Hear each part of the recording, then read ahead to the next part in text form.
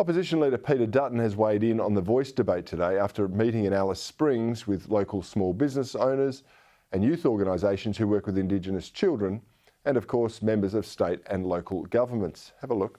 If there was a young boy or girl who had been sexually assaulted in Sydney or Melbourne or Brisbane or Canberra, and the police were putting that little white boy or girl back into the hands of the abuser, it would be the front page of every newspaper until the commissioner of that state or territory said that it was not going to happen. Yet here somehow it's accepted as normal practice.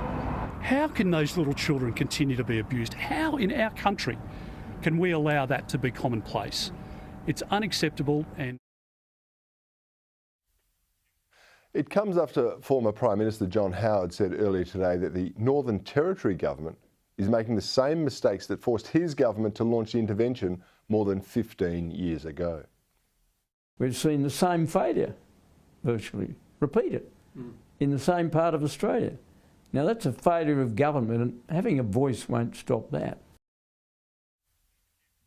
Well, joining me to discuss this and more of today's top stories is Sky News contributor and political commentator Rocco Loiacono. Rocco, great to have you on the show again and have a chat. Critics are saying the Liberal Party is actually cracking following Julian Leeser's resignation. Do you see that as being a realistic assessment of what's going on?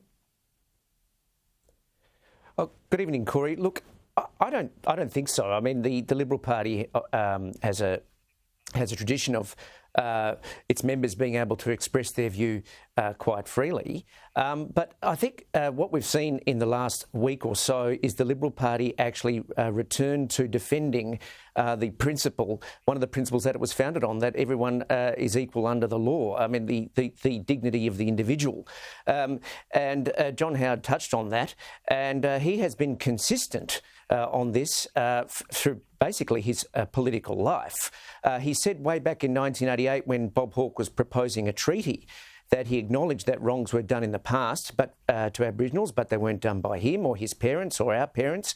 But we are still one nation, one of which Aboriginals are a part, an honoured part, and he's all in favour of giving them help where it's needed, and that was reflected in his Northern Territory intervention. But this idea of dividing the country, black against white, is a recipe for disaster, and that is what the Liberal Party has been reinforcing with the position that Peter Dutton has taken.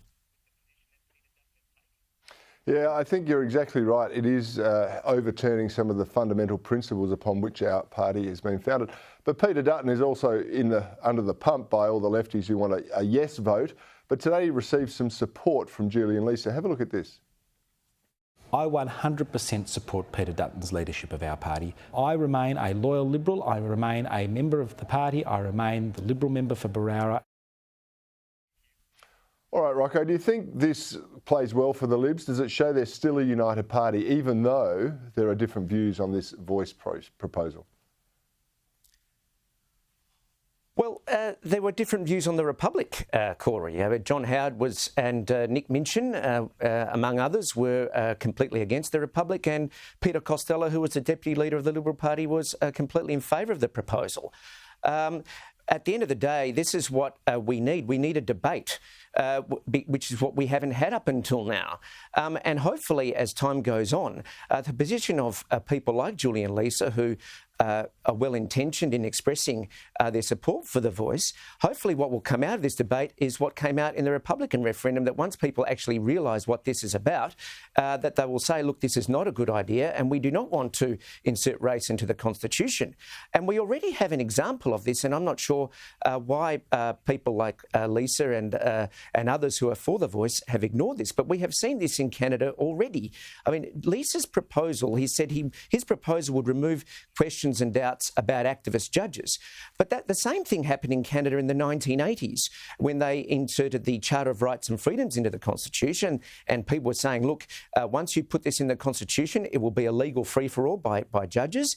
And the political class and the legal elitist class said, no, that's not going to happen. And indeed, they inserted a section into that charter, a section 33, that said, look, Parliament would have the primacy. It would be an override to these potential judicial excesses. And guess what happened?